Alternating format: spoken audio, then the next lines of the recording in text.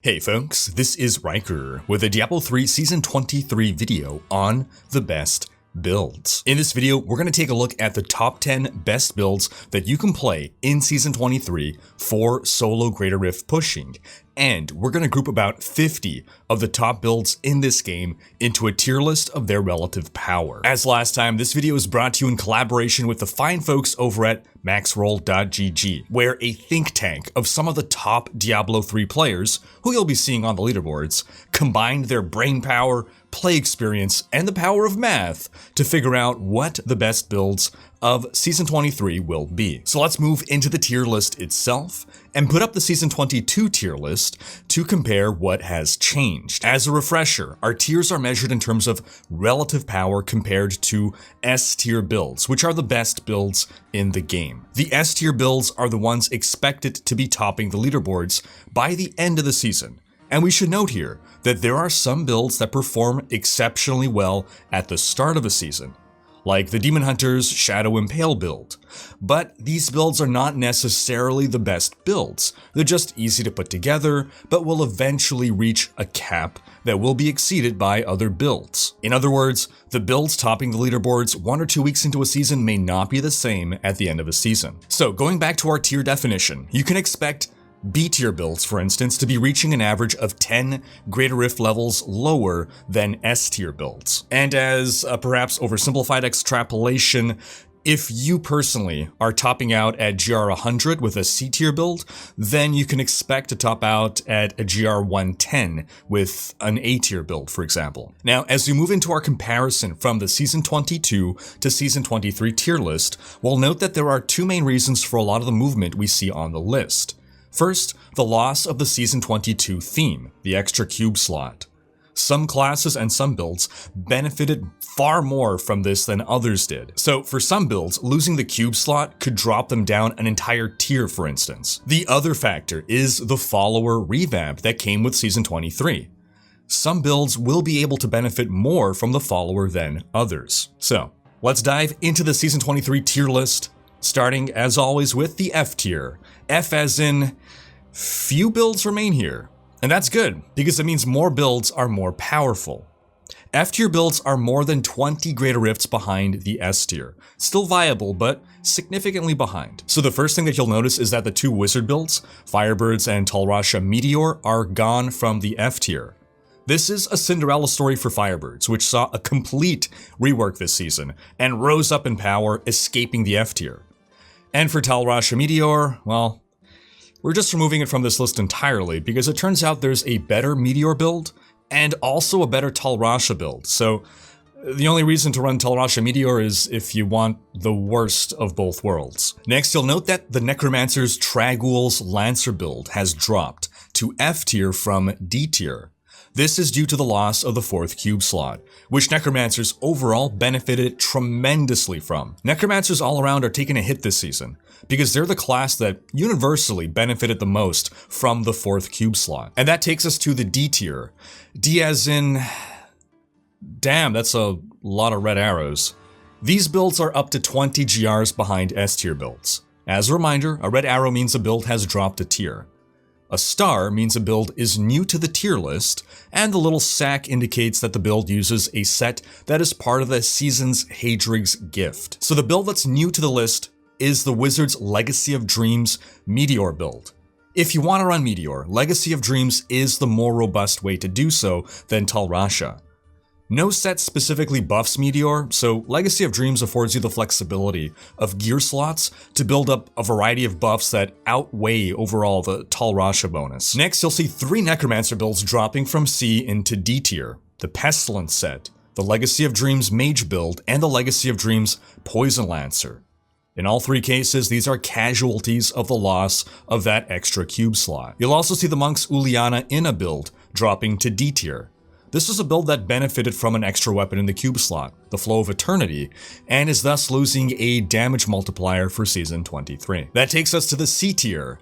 C as in, season start sets can be found all over the place in here. C tier builds are up to 15 Greater Rifts behind S tier. New to the tier list is the Witch Doctor's Legacy of Dreams Spirit Barrage build.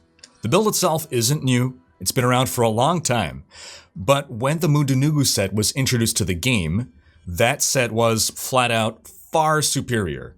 It was just a better version of LOD Spirit Barrage. Now, Mundunugu still remains superior to this build, but with Mundunugu getting a nerf this season, the power gap is closing, and we knew some Witch Doctor players may be interested in trying out the OG Spirit Barrage build, since it's still a strong build in its own right.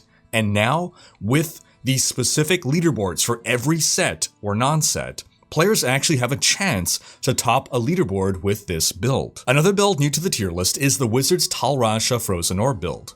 This is the build you want to run if you want to top the Tal Rasha leaderboards. But it's not the most powerful Frozen Orb build. And the final new build is the Rathma Bone Spirit build. Rathma received a total rework this season, and the Rathma build on the Season 22 tier list, the Rathma Mage build, doesn't even exist anymore. Put simply, Rathma went from being a skeletal mage build to an Army of the Dead and Bone Spirit build. You can choose to either focus on Bone Spirit or Army of the Dead as your main damage source.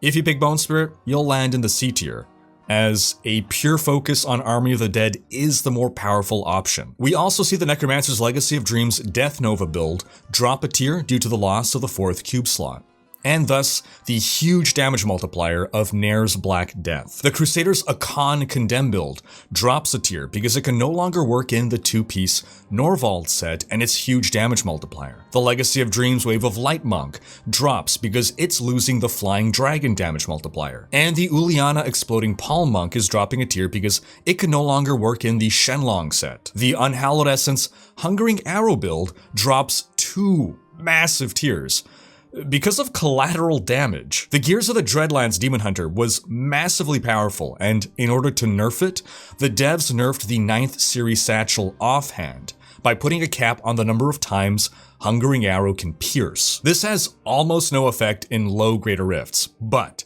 a huge negative effect at very high Greater Rifts, where players relied on huge amounts of piercing. Couple that with the loss of the damage multiplier of Odyssey's End from the 4th cube slot, and you've got a 2-tier drop for this build. Now, for some good news, the Marauder Cluster Bombs build is rising from the top of the D tier into C tier. This build benefited very little from the 4th cube slot, and thus the benefit of the follower revamp supersedes the loss of the 4th cube slot for a net power increase to Marauders.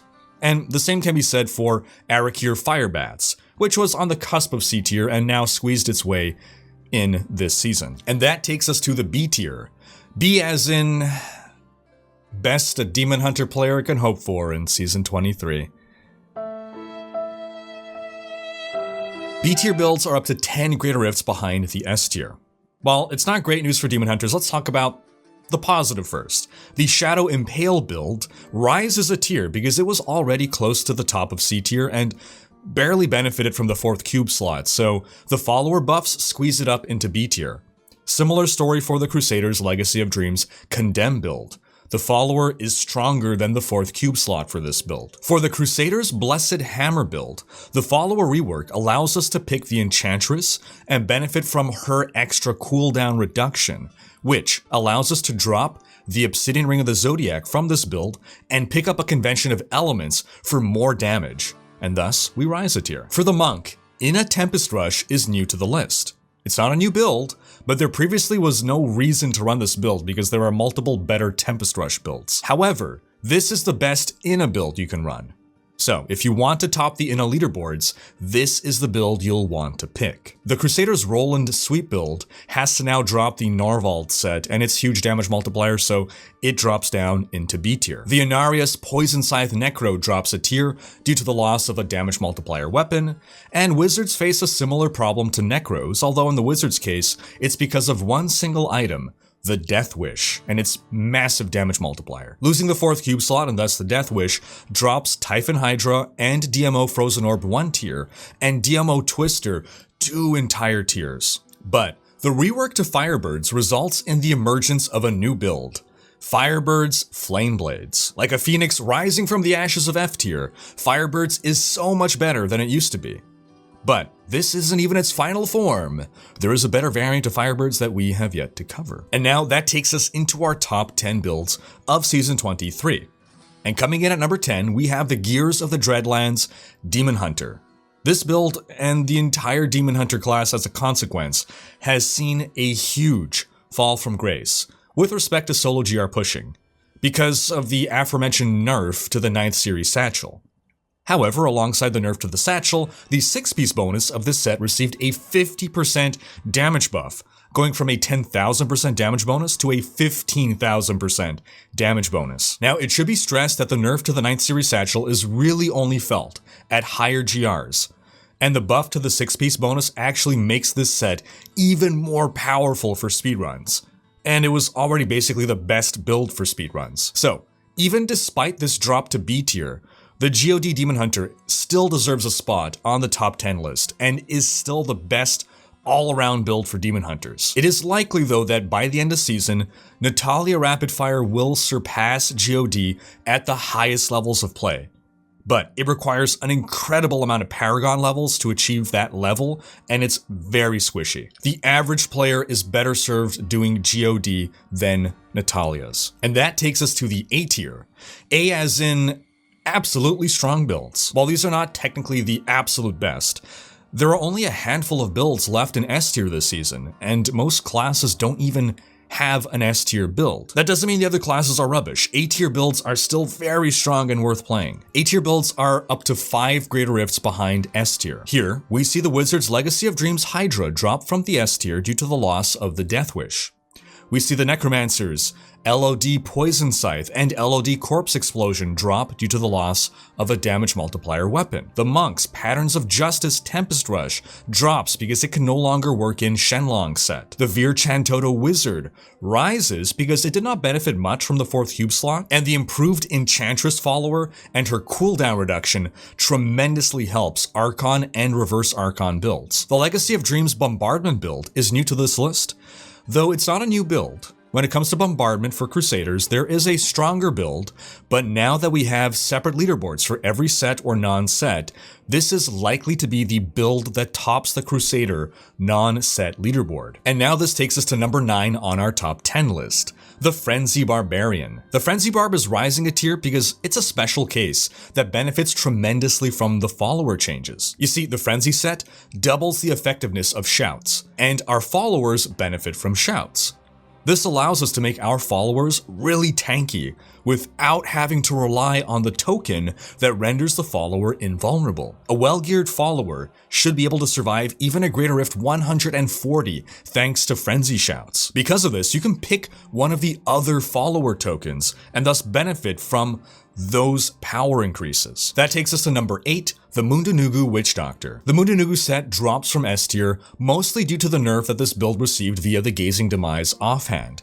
However, it remains the most powerful Witch Doctor build in the game. On to number 7, the Sunwuko Tempest Rush Monk. The Patterns of Justice Tempest Rush Monk dropped a tier, and the Legacy of Dreams Tempest Rush Monk is now new to this list, giving us a total of 4 different Tempest Rush Monk variants now. Inaz is the weakest, LOD Tempest Rush is the best LOD Monk build to top the LOD Monk leaderboards, and Sunwuko is now the strongest and easiest to play version of the build. On to number 6, the Whirlwind Barbarian. Tried, tested and true, and the starting set for Barbarians in Season 23, and the best starting set across all classes for Season 23, the Whirlwind Barb is still the strongest Barbarian build for basically everything. Solo pushing, T16, bounties, solo speed greater rifts.